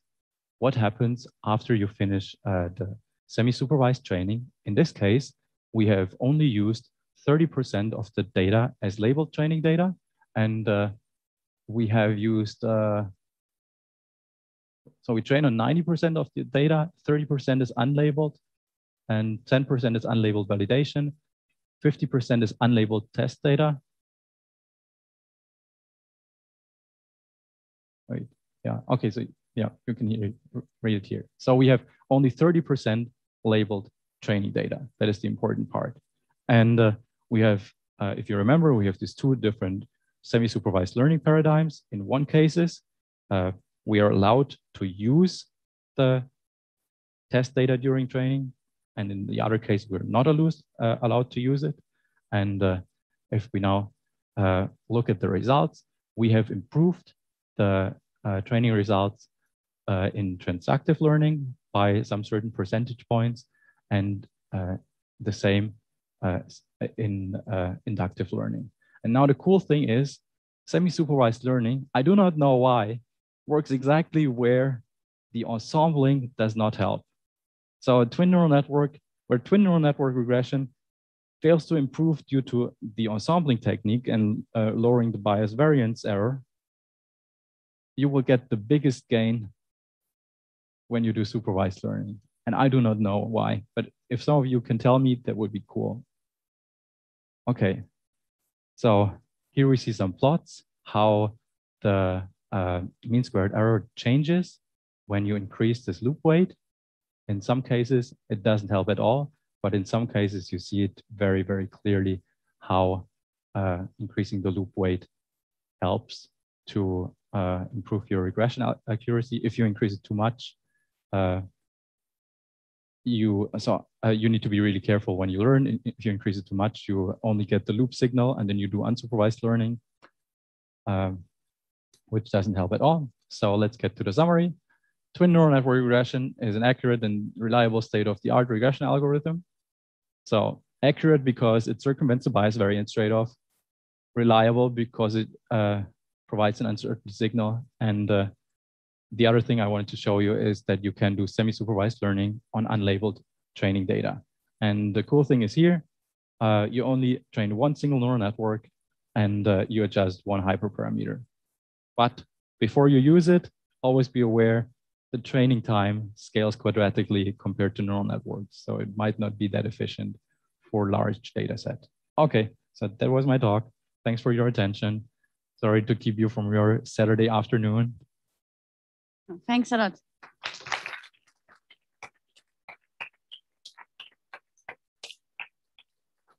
Okay, question.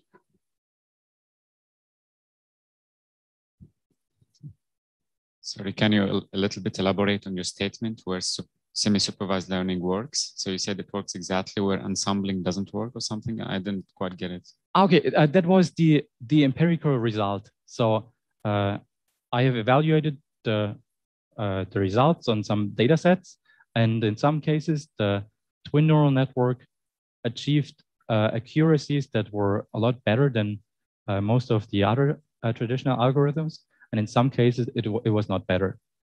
And the cool thing was that if I repeat the same experiment with unlabeled training data in the setting of semi-supervised learning, the improvement that you get from semi-supervised learning was exceptionally large in exactly the cases where only semi-supervised learning with the ensembling technique did not improve the results compared to other algorithms. And I do not know why. Thank you. Yeah, I have a question concerning application because you need 2 inputs. And I'm just wondering, I'm thinking about measurements in physics or chemistry where you could always generate 2 kinds of inputs, but is it in that scenario better to have like a larger variance, a bigger difference between the different inputs, or is it more helpful if they are all sort of similar? Okay, so in my case, it's like the 2 inputs both come from so it's like you start with your original traditional regression problem where you have a data set X, and you double this data set X, and then you combine then you find all pairings between all data points. So you create these different inputs from one data set. So it's not that. Yes, but I okay. mean, if for the final application, then are the predictions? Does it matter whether the 2 data points you choose in the end for a prediction are similar or not? Because even for a prediction, you still need 2 data points, right? So it's like for a prediction, you need an anchor data point where you already know the result, which comes from your labeled training data set. Okay. And the other part is the new unlabeled data point. And then you break the difference between these 2, and you add the label of the data point that you already know. I know. I'm just asking I'm not sure if I'm making myself clear. Is it if you have a new data point and you choose one from your data set that you already have, would you choose one that is similar, or would you choose one that is? Okay, that's a good question. Sorry that I didn't understand it. That's an important question. And so we examined it, but for this paper, we chose just to take all of them because of some certain problems, because what is the similarity measure that you use? So it's like, if you know which data points are similar, you can do that. But in our data points, we did not know which data points are similar by some sort of measure. So you could use another machine learning algorithm before to determine which pairs are similar to do that, because you would expect that the more similar your data point, the shorter is the distance in the prediction space, so your prediction would be more accurate. But it could also be like that things that are further apart give you some other kind of information that yes, yeah. Yeah, so we thought about it, and we're not sure what is the best way to deal with it. Okay, yeah. But we're thinking about it, and it's a very important point in this. Yeah, but that's what I'm asking. Thank you. Yeah. All right, I have a question here. Sorry. Wait. Sorry. All right, sorry. Do you have a paper that has these ideas where you wrote them down? Because I think this is like really interesting idea. I just put it on the archive, and I really wanted to talk about it. So this is the first conference or school where I can talk about it. Yeah. Okay. Yeah. Could you share this, because I think it's really interesting and really cool.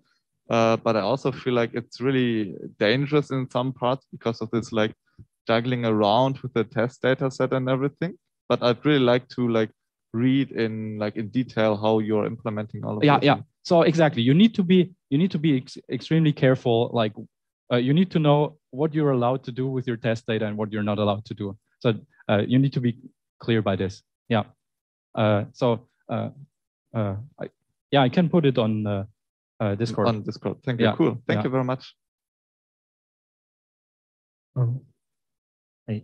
Maybe answer the question in chat first, and then I go. Oh, Eliska, hi. I want to ask, what is your general perspective on the practical use of the interpretability methods you mentioned? Can they always be successful? No, they cannot always be successfully applied. What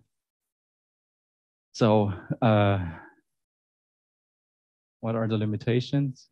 Can I always learn something useful from the latent VAE latent spaces? No, you cannot always learn something from the VAE latent spaces. Okay, I think,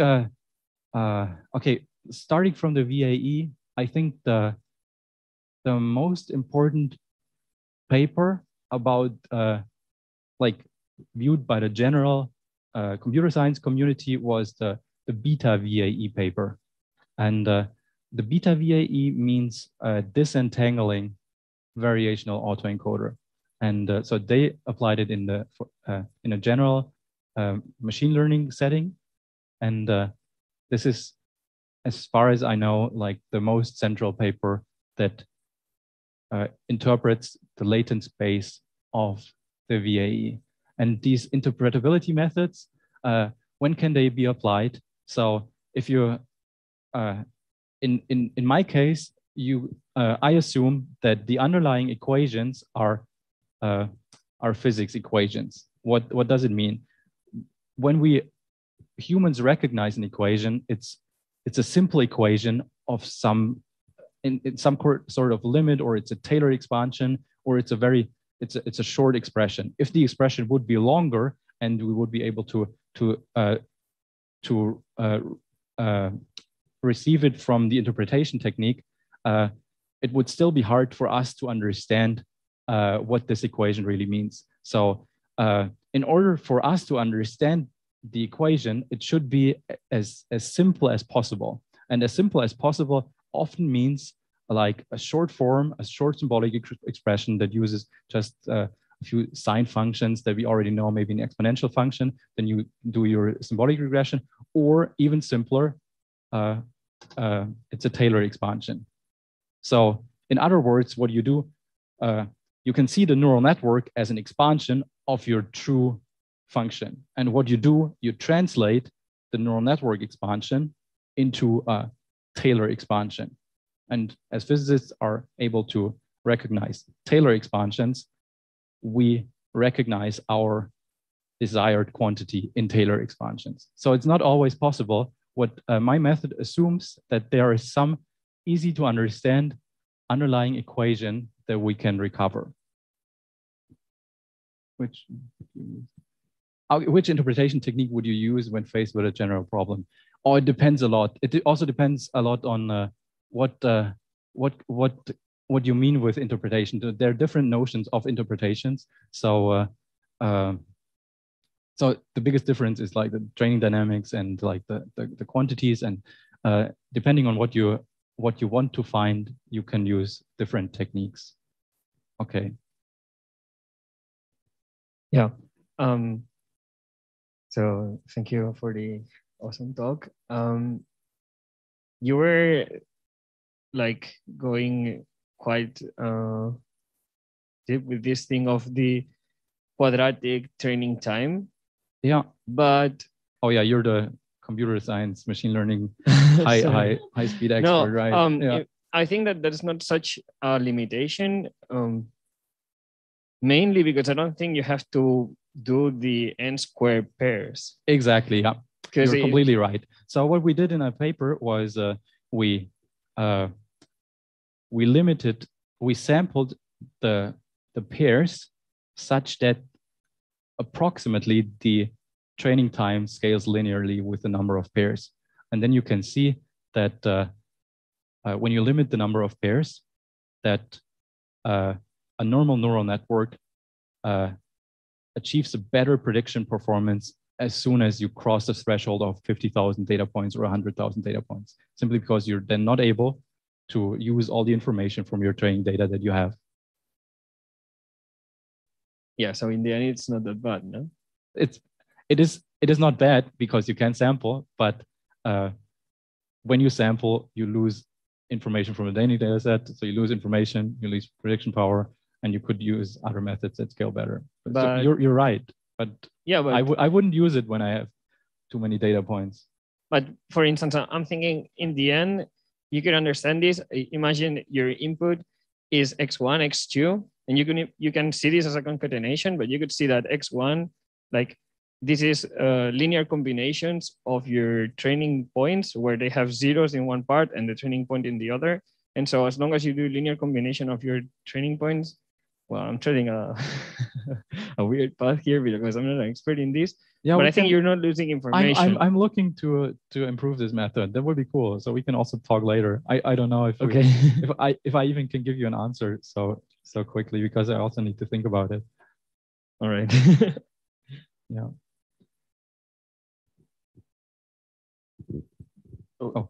Yeah, so that's going to be a very basic question. So in the, like if you read machine learning, like textbooks or like lecture notes, then they mention that, okay, like the first layers, they figure out the general shape of the stuff. And then the next layer goes into like these kind of details and so on. So how was this kind of understanding obtained? I mean, with which methods they sort of I don't know, and in general this is also not correct. It's like it can be like this information is distributed, so it's like different parts of information gets distributed like over different layers. So it's like a very broad, what you're saying is a very broad description that is not entirely that's already correct. Like I would say like 6 years old or something. I mean the particular nodes that I was reading. So of course like this hierarchical, so it's like neural networks learn in this hierarchical fashions. So in this sense you're completely right. But the information, it is not that the information gets strictly ordered like this. It's like that the parts that the neural network learns like gets distributed and tilted among different layers. So you cannot pin down where the learning of a certain feature happens in these layers. So maybe they didn't even have a very scientific method to determine them. It's more like their intuition of. So I don't know the books. Yeah. So I can't tell you. Maybe I can comment on that. Actually, I think what you're talking about is for like convolutional neural network. And there, what they were looking at, it's what the filter is learning. And this you can see, you take an image, you apply the filter, and you look what convolution it did. So in that sense, you can interpret the first layers of filters. But the deeper you go in your neural network, the more complex it becomes. It's like very abstract afterwards.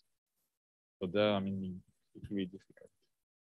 But actually, there is a recent paper where they were showing in some specific example that they can identify what activates a specific neuron within the neural network.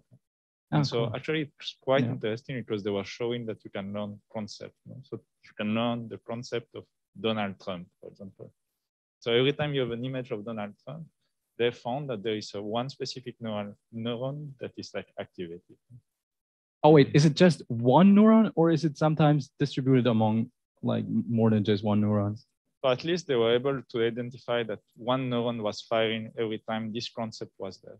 And so the claim that they do in this paper that they were able to like somehow learn some concepts that were much more abstract than the typical image that you have in mind.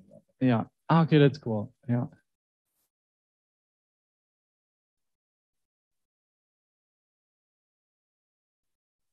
Okay, any more questions?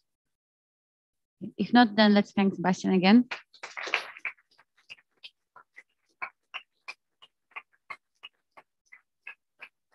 Yeah, and yeah, we can now go out, discuss without coffee. So we're sorry for